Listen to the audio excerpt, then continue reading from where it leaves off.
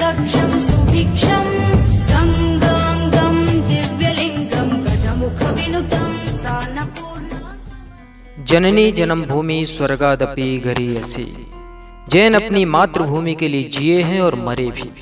आज संख्या में जैन भले कम हों, पर देश की आर्थिक, सामाजिक, शैक्षणिक, राजनीतिक, सांस्कृतिक, पुरातात्विक और आध्यात्मिक सभी क्षेत्रों में उन्होंने अपना सर्वोत्कृष्ट योगदान दिया है। हम भूल जाते हैं गुलामी का दौर और उस समय बचता आजादी का बिगुल। शहीद होते देश प्रेमी और उसमें भी उत्कृष्ट योगदान रहा है जैनों का। आप सभी अनभिज्ञ होंगे उस इतिहास से जिस पर जैन समाज को गर्व होना चाहिए। हम भूल जाते हैं उस बलिदान को जिसे हम जैनियों को सदा स्मरण रखना चाहिए। आइए सुनते हैं एक हिंदू विद्वान के द्वारा विस्तार से। युद्ध किया, 16 साल का उनका बेटा सोंडा दोनों हाथों में तलवार लेकर जब रक्त बहा रहा था, उस समय से आवाज आई। मुगल सरदार देखकर हाथ पर हाथ रखकर, मुंह पर हाथ रखकर कहते हैं, या अल्लाह ताला क्या खाके जनाए, तलवार चलाता तो रुकता ही नहीं है। मारते काटते हुए एक नए इतिहास का निर्माण किया। हम जैन वीरों की संतान हैं, कायरों की संतान नहीं है। मैं बहुत प्रसंग सुना सकता हूं, बहुत प्रसंग सुना सकता हूं। सुभाष चंद्र बोस, उनके निजी सैनिक कैप्टन डॉक्टर राजमल कासलीवाल थे, जिनने उनके मृत्यु के समय तक उनका साथ दिया था। इतना ही नहीं, झांसी की रानी 3 अप्रैल 1858 को जब ग्वालियर से, झांसी से निकलकर ग्वालियर आई, 15 जून को जब वहां पहुंचती है, रात्रि को विद्रोह हो गया। सेना 15 जून 1858 रानी झांसी के सामने, रात को सैनिकों ने विद्रोह कर दिया। कहा कि हम नहीं लड़ेंगे, 3-3 माह से वेतन नहीं दिया गया हमें। उसी में ग्वालियर राज के खजांची अमरचंद बाठिया को बुलाया गया और कहा, अमरचंद जी आप हमारी सहायता करें। कहा आप क्या चाहती हैं? हमें राजकोष से धन दे दें। उन्होंने कहा मैं राजकोष से धन दूंगा, मैं जैन हूं, पहले अपने धन का समर्पण करूंगा, उसके पता राजकोष आपको दूंगा। दोनों कोष उन्होंने जब उनको दिए, 5-5 माह का वेतन उनको दिया गया। 18 जून 1858 को लड़ते हुए झांसी की रानी गोदुली बेला में संध्या के समय बलिदान हो गई। 19 जून को अंग्रेजों का राज हो गया। अमरचंद बाठिया को गिरफ्तार कर लिया गया। उनकी उम्र काफी थी। उनसे कहा कि आपके ऊपर मुकदमा चलेगा, आपने राष्ट्रद्रोह किया है, सरकारी धन आपने इनके क्रांतिकारियों को दिया है। मुकदमा चला, शाम को फैसला हुआ, इनको फांसी की सजा दी जाए। 20 जून को उनको कहा गया आप माफी मांग लीजिए। उनका माफी नहीं मांगूंगा, मैंने राष्ट्र धर्म का निर्वाह किया है, माफी नहीं मांगूंगा मैं। उनको चाबुक से पीटा गया, माफी नहीं मांगी। उनको मुर्गा बनाया गया, माफी नहीं मांगी। 21 जून की शाम को उनके मासूम पोते को तोप के गोले से उड़ा दिया गया, फिर भी माफी नहीं मांगी। 22 जून को दोपहर में उनके घर के सामने उन्हें नीम के पेड़ से लटकाकर फांसी की सजा दी गई। 3 दिन तक उनके शव को लटकाया रखा। उसके पश्चात उनके प्राणांत हुए।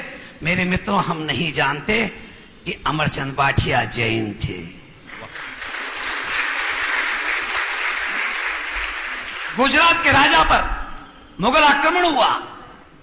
वहां के राजा ने तय किया युद्ध करेंगे। अपने सेनापति को बुलाया, उसका नाम था आबू जैन। सेनापति जब आया, उससे कहा सेना की क्या तैयारी है? उनका महाराज पूरी तैयारी है, रणसिंगा फूंकिए, युद्ध प्रारंभ हो जाएगा। रणवाद्य बजे, जमकर युद्ध हुआ। आबू जैन दोनों हाथों में तलवार लेकर जमकर युद्ध कर रहा है, रुंड मुंड काट रहा है। संध्या का समय होने लगा। युद्ध सूर्योदय से सूर्यास्त तक होते थे। संध्या का समय हुआ, घोड़े से नीचे कूदा, दोनों तलवार म्यान में डाली, हाथ धोए, कपड़ा बिछाया, प्रतिक्रमण करने के बैठ गया। 1 इंद्रिय जीवों से क्षमा याचना करता हूं, 2 इंद्रिय जीवों से क्षमा याचना करता हूं, 3 इंद्रिय जीवों से क्षमा याचना करता हूं।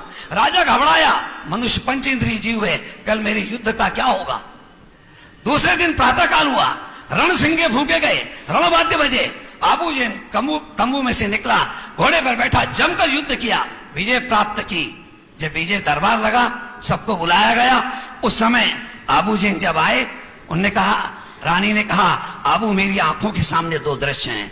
एक और तो तुम दोनों हाथों में तलवार लेकर रुंड मुंड सुंड काट रहे हो, और एक और तुम प्रतिक्रमण करके 1 इंद्रिय जीवों 2 इंद्रिय जीवों से क्षमा याचना कर रहे हो। ये क्या है? मेरे यहां जितने नौजवान मित्र बैठे हैं, उनको उसका उत्तर सुनना चाहिए। उन्होंने कहा, सुनिए महारानी, मैं जैन दर्शन का व्रती श्रावक हूं। श्रावक का धर्म अहिंसा है। अहिंसा का संबंध आत्मा और मन से है।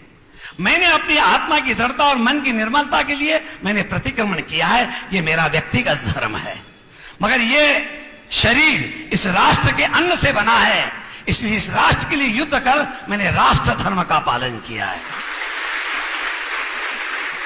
दुनिया में जैन धर्म एक ऐसा धर्म है जो व्यक्तिगत धर्म और राष्ट्र धर्म की स्पष्ट व्याख्या करता है। जिस समय श्रवण बेलगोला पर आक्रमण करने के लिए आया तो वीर खड़ा हो गया और उसने कहा, मैं अपने मंदिरों को टूटने नहीं दूंगा। जमकर युद्ध किया और शर्त रखी, जीतने के बाद में एक भी मंदिर टूटना नहीं चाहिए। आज श्रवण बेलगोला यदि सुरक्षित है तो उस वीर के कारण है, वीर नायक के कारण, जिसके कारण आज हमारा तीर्थ स्थान सुरक्षित है। मैं सैकड़ों घटनाएं सुना सकता हूं, पर आपके पास धैर्य भी नहीं है और मेरे पास भी समय नहीं है, इसलिए निवेदन करना चाहता हूं। भारत की सेना में जो सर्वोच्च पद से सेवानिवृत्त हुए हैं, उनका नाम है हरिप्रसाद जगत प्रसाद जैन, जो सेना के सर्वोच्च पद से सेवानिवृत्त हुए हैं। इंदौर का गौतम जैन राजौरी के युद्ध में लड़ते लड़ते बलिदान हो गया, जिसकी उम्र मात्र 26 वर्ष की थी। एक जैन दिगंबर जैन युवक 26 वर्ष का काकौरी के राजौरी के इस युद्ध में बलिदान हुआ। अभी अभी की घटनाएं, बहुत लंबी घटना नहीं। चलिए और संक्षिप्त करता हूं। महाराष्ट्र में सांगली जिला है। सांगली जिले में दूध गांव है। दूध गांव की जनसंख्या 10,000 है, उसमें 7,000 जैन हैं। उनमें से 70 से 80 लड़के इसमें भारत की सेना में वे सब दिगंबर जैन हैं। 7 से 8 लड़कियां हैं जो वायुसेना में हैं, और वायुसेना के कैप्टन अमृता कोहले दिगंबर जैन हैं। British parliament house, India house की लाइब्रेरी ने आंकड़ा निकाला, 9 मई 1857 से 15 अगस्त 1947 तक जितने लोगों ने आजादी में भाग लिया, जिनका बलिदान हुआ, उनकी संख्या 7,32,780 है। अब ये अंग्रेजों का आंकड़ा है, अपना आंकड़ा है 3 करोड़ लोगों ने बलिदान किया इन 90 वर्षों के अंदर। ये जो आंकड़ा है 7,32,780 लोगों का, इनका शोधन किया गया। अगर आपको गौरव लगे तो ताली बजाना। इस संख्या में 4,800 जैन पाए गए हैं। इसमें 22 महिलाएं भी हैं। अभी शोधन शेष है, यह संख्या 5,000 से अधिक जाएगी। मेरे मित्रों, हम वीरों के संतान हैं, इस वीरता को धारण करें। और जिस दिन जैन समाज उस क्षत्रिय भाव को धारण करेगा, उस दिन इस देश का नया इतिहास होगा। अभी इस समय हम तो बनिए बन गए, अगर उस क्षत्रिय भाव को कोई चीज ने जीवित रखा है, इन जैन मुनियों ने रखा है, इन साधुओं अर्चकों ने रखा है। ये क्षत्रिय तेज है जिनने संकल्प लिया है दिगंबर रहने का, और कितनी भी बाधाएं उन सबको कुचलते हुए मार्ग बना लेते हैं। ये क्षत्रिय तेज है, ये क्षत्रिय संकल्प है। पैदल चलना, इस वासनामयी संसार के बीच में अपने संयम को कायम रखना, कठोर तप करना, पैदल चलकर सारा भारत की भूमि को नाप लेना, यह सामान्य संकल्प नहीं है, यह दिव्य संकल्प है। और हम रॉयल ब्लड हैं, रॉयल ब्लड हैं हम, हमारा रक्त रॉयल है। उस तेजस्विता को धारण करें, तभी आचार्य विद्यासागर जी के स्वप्नों का भारत भारत बन पाएगा।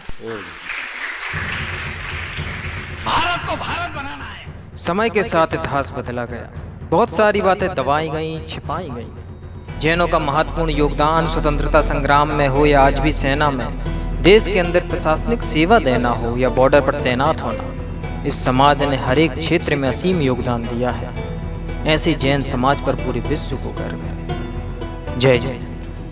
दक्षं सुभिक्षं गंगांगं दिव्यलिंगं गजमुखविनुतं सानपूर्णं